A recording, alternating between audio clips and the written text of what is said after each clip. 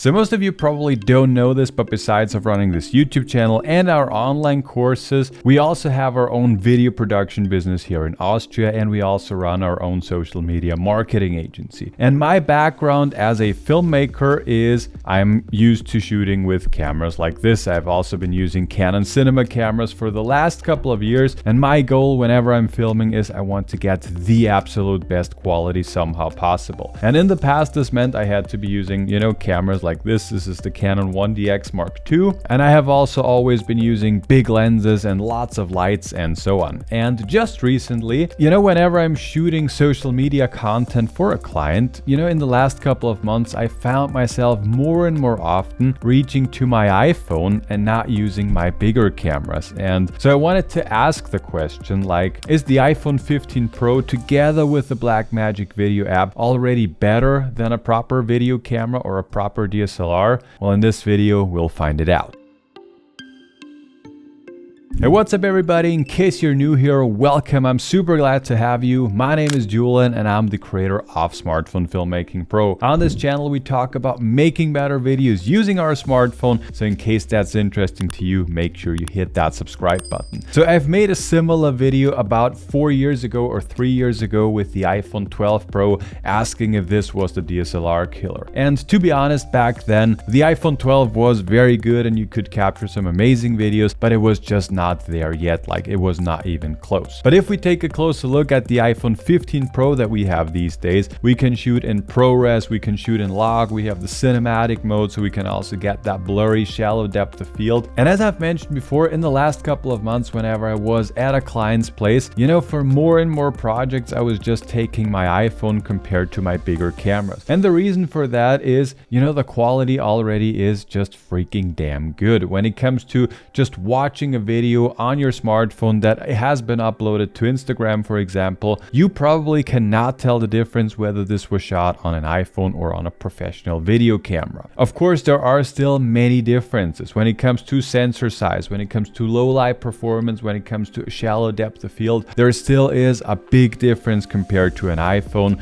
between a professional video camera, because it's just a different thing, and the sensor size, it's just no comparison. But when it comes to, as I've mentioned before, social media content and overall just the ease of use and how quickly you can get to a result, I think this is when we have to consider using an iPhone or a Samsung phone, doesn't really matter, more and more often. When it comes to using the iPhone with the native camera app, you do have quite a few limitations. It's definitely a shame that in 2023 on an iPhone with the native camera app, you cannot change the white balance manually. It's always in auto mode. At least now with iOS 17, I think it is, you can at least lock the white balance by the time you're pressing the record button, so it's not changing around, but you cannot dial it in manually. This is just one downside, but there are many more as well. So if you want to get the absolute best quality out of your smartphone, I always recommend that you're using a third-party app, and in this case I'm recommending the Blackmagic Video App.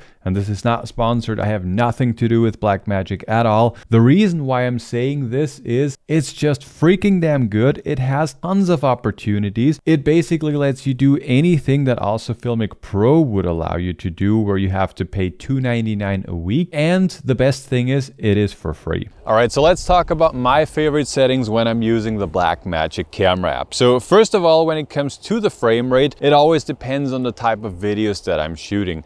For example, if I'm shooting B-roll stuff, so for example those vineyards right here, or I don't know, someone talking or laughing or whatever, I always like to shoot those videos at 60 frames per second, because then afterwards in the post-production I can just slow them down. You can do this very easily here inside of the Blackmagic app. Just tap on FPS, then you can change that to whatever that you want. So like I said before, currently I'm at 60 frames, and that's basically what I would also recommend. Except if you're shooting someone talking, then it would not make sense. Then I would go with 24 frames per second. When it comes to my go-to lens, basically with all smartphones, but especially also here with the iPhone, I most of the time like to use the native app, so the 1x lens, the 24mm lens right here, because usually this just delivers the best quality. You have the widest open aperture, the most glass, and all, just generally speaking, you'll just get the best results in this way. If you have the budget or if you have the gear, then I would recommend recommend, especially if you're shooting outside, use an ND filter to get the correct exposure without having a super high shutter speed as I have it right here. So for example, if you can see, I have a shutter speed of 1/8,000th of a second.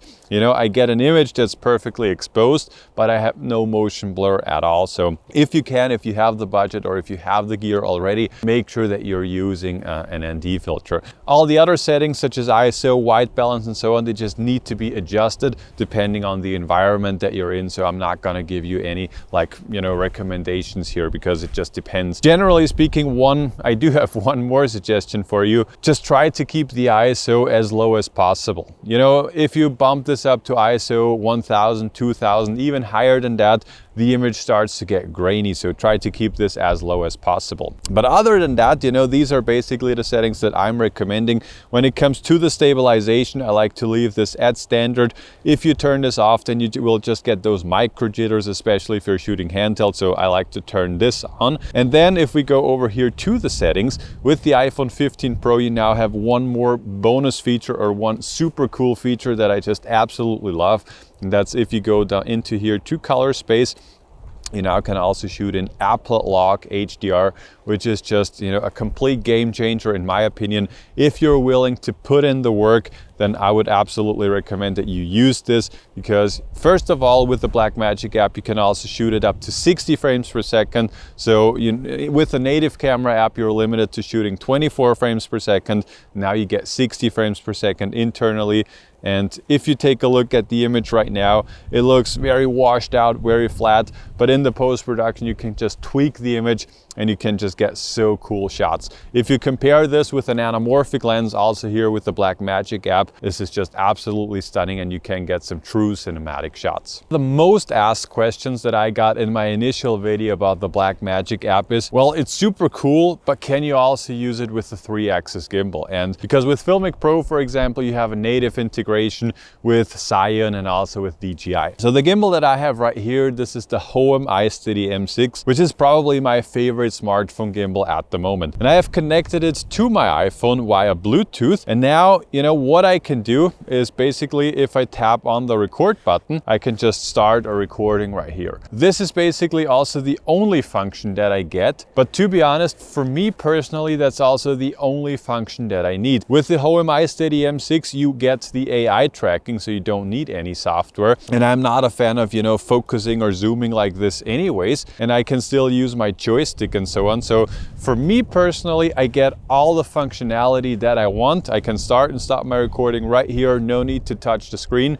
And for me personally, that's good enough. If you feel like you have to have the native integration with Filmic Pro, well, then you still have to pay $299 a week. So if you're using the iPhone 13 or above with these settings with the Blackmagic app, and if you're also using a 3-axis gimbal, you can get some absolutely fantastic results. It's a shame that you can't get the log mode with the iPhone 14 or prior to this, but I still think that you can get some absolutely amazing results also if you're not shooting in log. So now let's answer the question, like, why would you invest into a 3-axis gimbal and maybe even add-on lenses and a microphone and so on, and then shoot with a smartphone? Like, why not go with a Sony ZV-1 or something like this? That's only like, I don't know, like $500 more expensive, but then you get like a proper camera. And that is definitely very true. So if you compare those two products, like a professional entry-level camera and an iPhone, you will still get better results most of the time with the professional camera. But the thing is, you will definitely invest into a smartphone no matter what. So why not invest like a bit more into the iPhone 15 Pro, for example, and then have a fantastic smartphone on one hand, but then you also have a fantastic photo and video camera.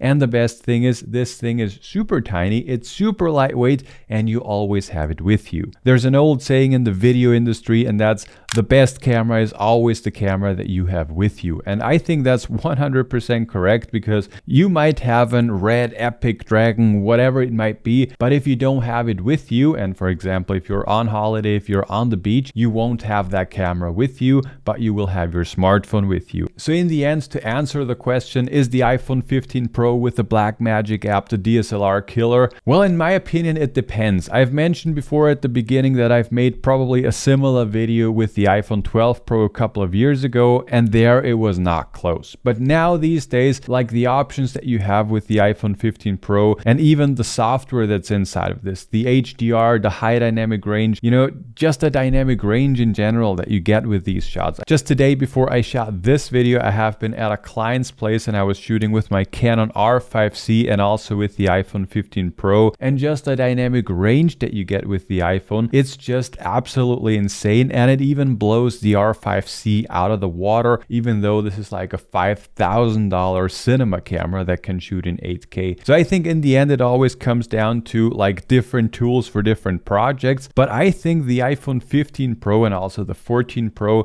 is already pretty damn close to be replacing one of these professional cameras, especially if you also take into consideration that like how often are you actually going to be using it and how often will you bring it with you. So if you don't have the money to invest a couple thousand into professional video equipment, if you just want to get started, then 100% definitely just use your smartphone. It doesn't matter what you have, you just need to know what you're doing to get some fantastic results. If you want to learn how you can do this, we do have a full masterclass. I will link that down below. In case you have not seen the entire walkthrough of the Blackmagic app, then click this video over there. Thank you guys so much and bye bye.